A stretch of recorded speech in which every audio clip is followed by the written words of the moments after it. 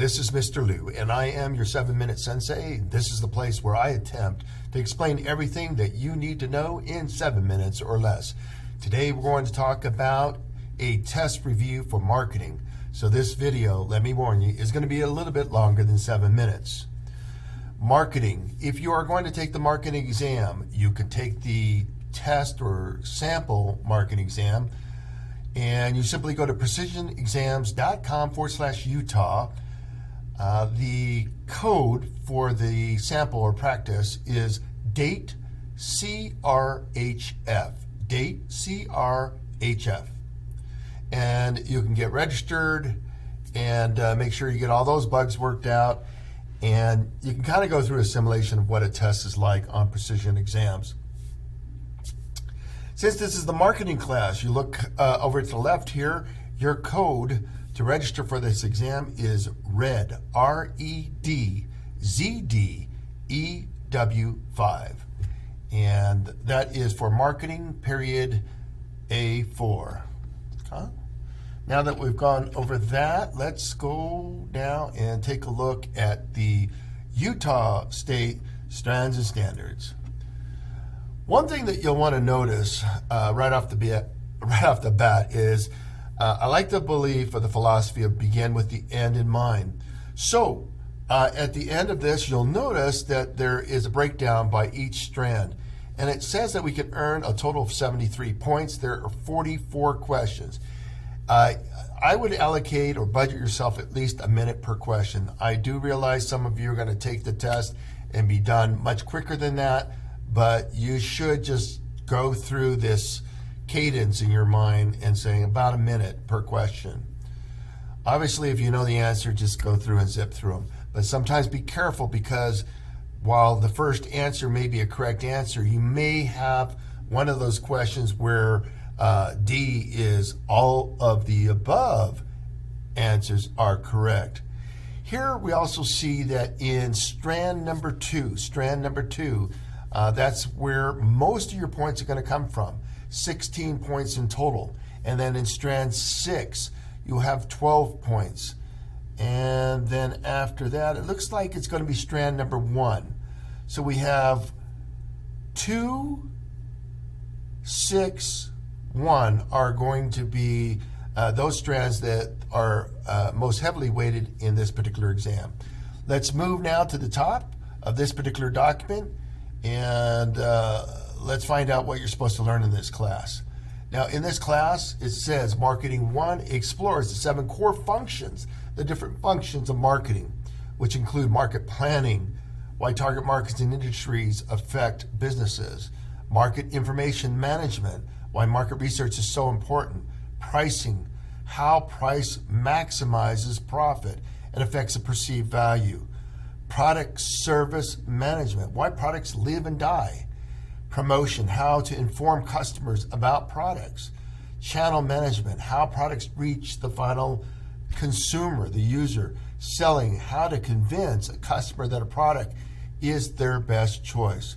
Students should utilize their knowledge in hands-on projects, which may be including conducting research, creating a promotional plan, pitching a sales presentation, and introducing a new idea for a product or service. Okay? Moving on, strand number 1. Strand number 1, it says that students will understand the basics of marketing, including 7 core functions and the 4 Ps of marketing. When you think about 7 core functions of marketing, these are some of the practices, the disciplines that a marketing specialist could head down this particular path as far as a career. The 7 core functions, according to this document, are channel management, and that's where I spent much of my career in channel management. That's understanding how to get the product from point A, where you're manufacturing or producing a product, to point Z or whatever, where the consumer is buying the product from a retail store, or buying it from online, or buying it through the TV, or buying it through a friend. We have to look at the channel of distribution. Market information management systems. That's simple. It's a database. It's a way that we manage all this data that we can scrape of all this valuable information that we've harvested, we've retained, and then we have to analyze that information. Market planning, okay, product life cycles, planning, pricing, finding the best strategic price, product service management, promotion, how do we look at the promotion mix and educate our consumers, and to personal selling. Okay.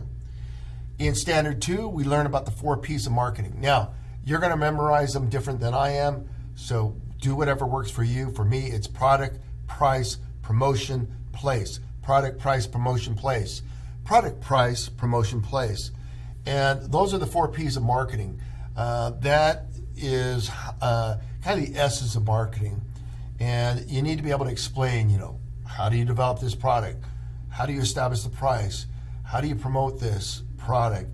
And place, where do you sell it? Where is the point of transaction? Is it exclusively sold online?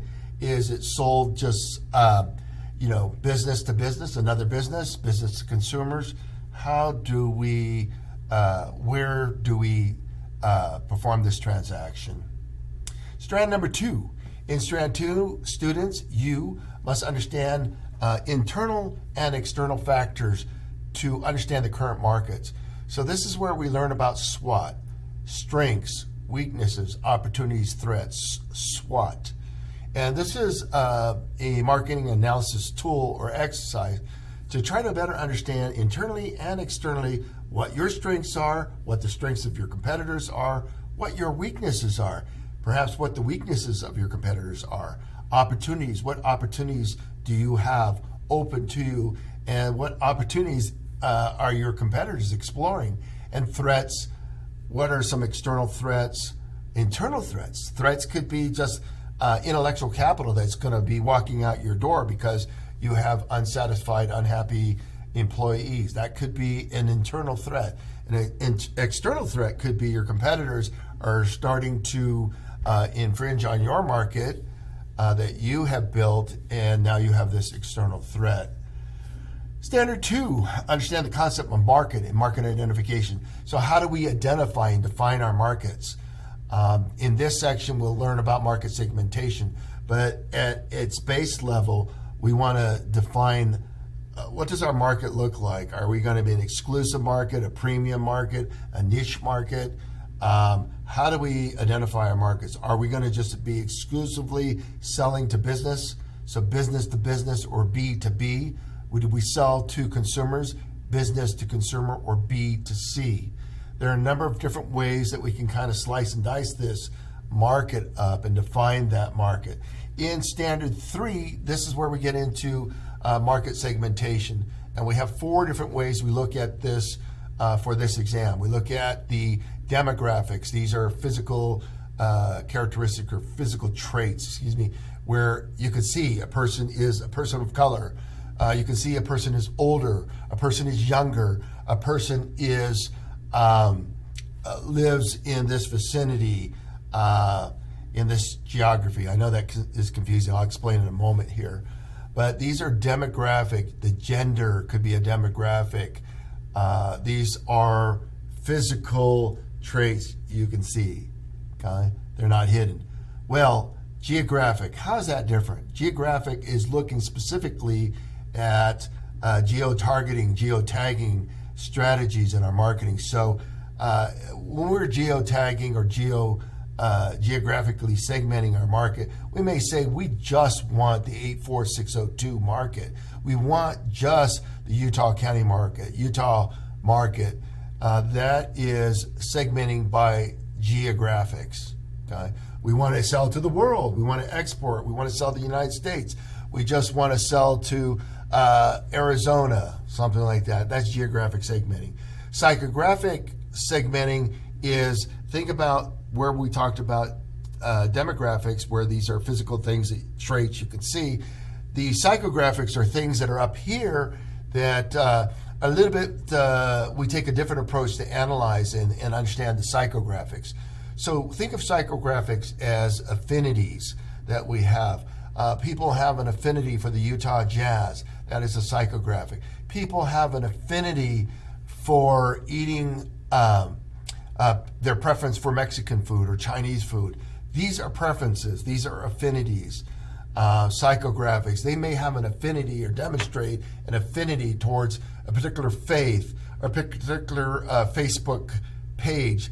Hunters, they might have an affinity for that.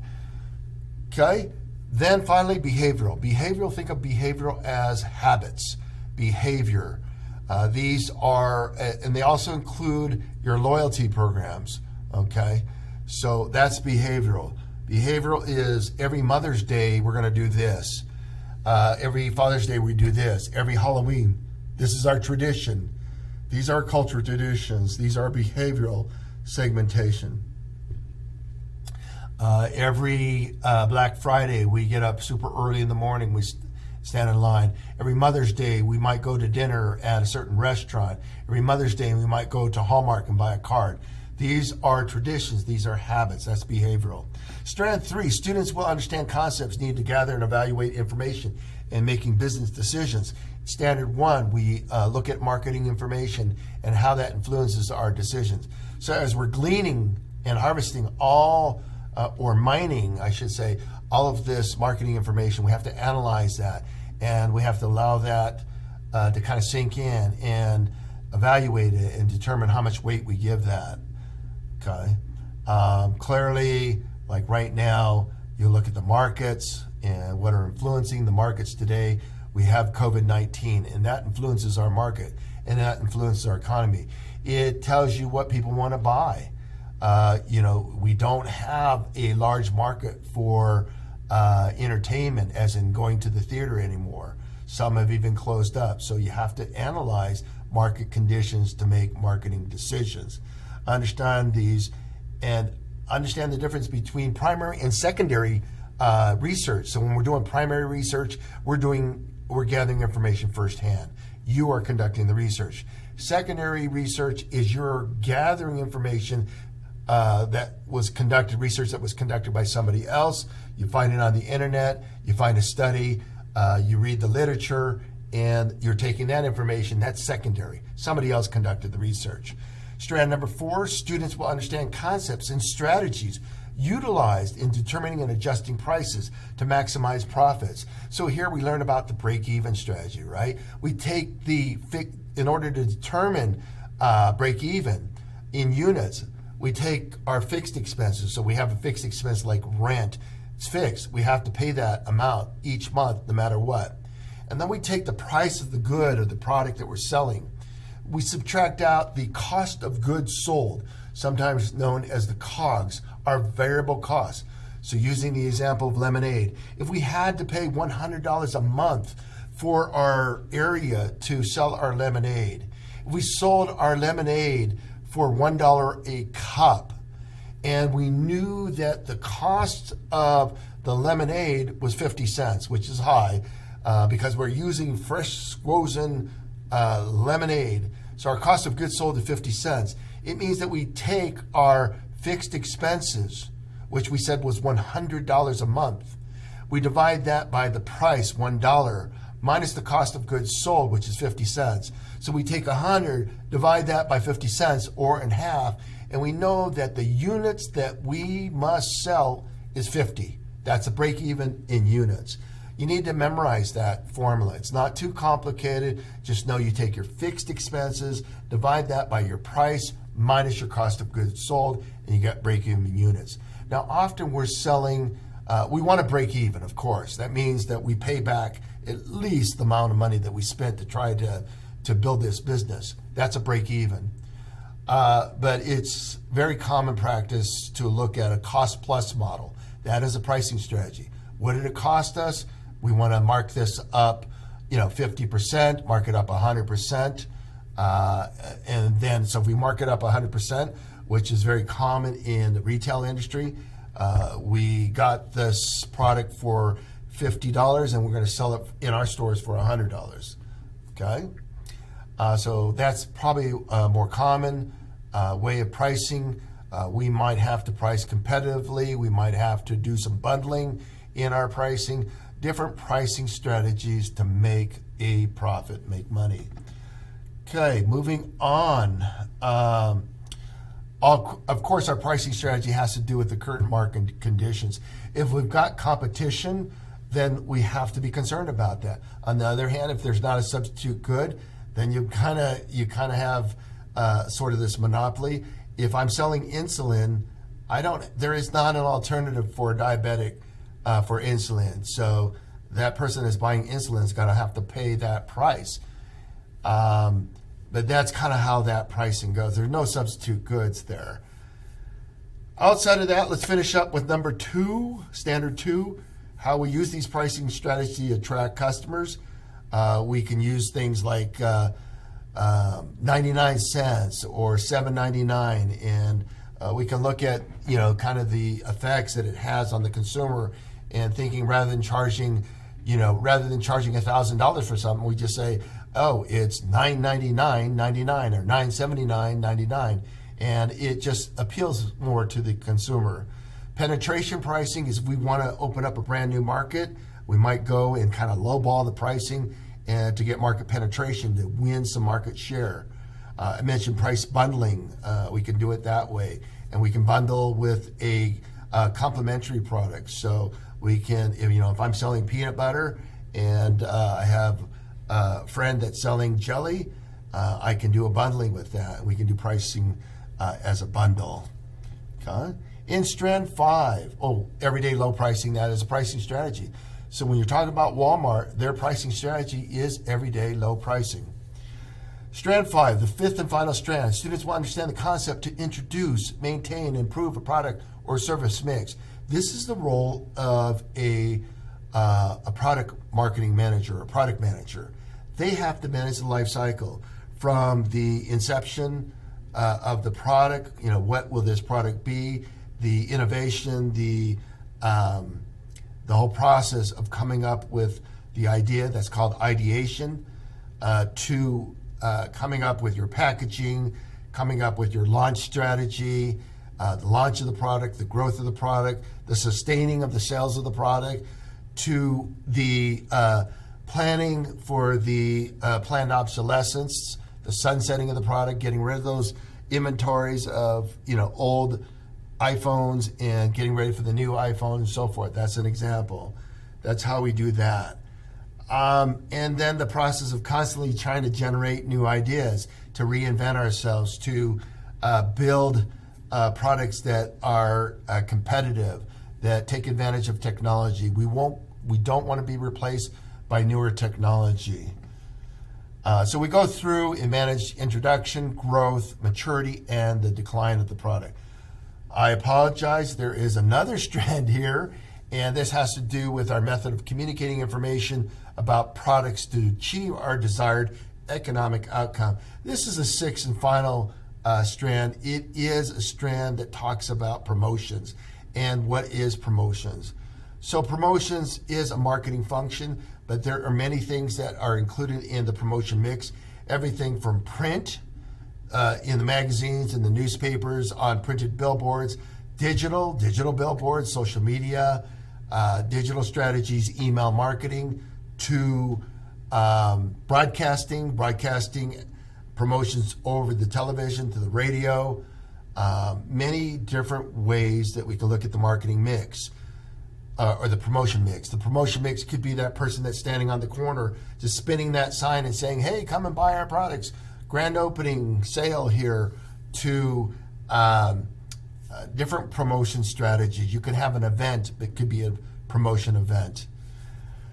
Okay, you could do public relations and create press releases.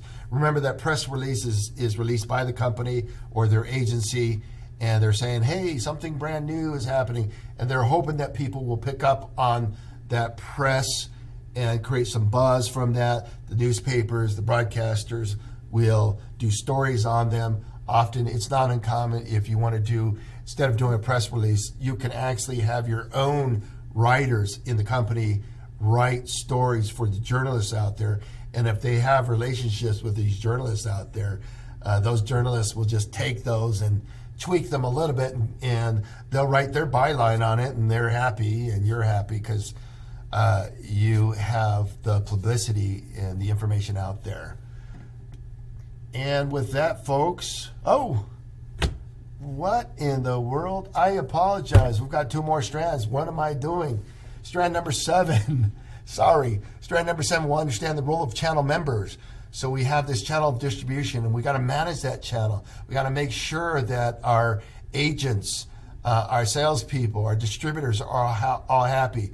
Often we use the expression, we've got to learn how to grease the wheel. So we've got to make sure that our channel is running smoothly. And we have to make sure that we have some redundancy in our channel. Because if we have a strike, let's say, in one of our channels of distribution, we've got to make sure that we have alternative ways to distribute our product. It might be online, right? So rather than going to a grocery store, we have, delivery services. These are all channels of distribution. And that includes all your trucking, your freight, your shipping, all that's part of your channel of distribution. The last strand number 8, students will understand how to determine client needs and wants and respond to planned and personalized communication. So in standard 1, we say you must explain the role of personal selling. This is where we learn personal selling. This is the last one. We have to build and establish good relationships. Remember, people buy based on trusted relationships. I'm not going to buy from somebody that I don't trust. What are the steps in selling? Well, everything from approaching the customer, hi, how you doing? Welcome to our store. How can I help you? To determining needs. What are you looking for today? Okay. How much are you interested in spending? What is your budget that you have for this? And then I've got to determine your needs. Okay. Not only this kind of budget, but do you need it to do this particular, must it have this particular feature? What is the benefit that you're looking for? What are you hoping to do with this? So I've got to go through this assessment process.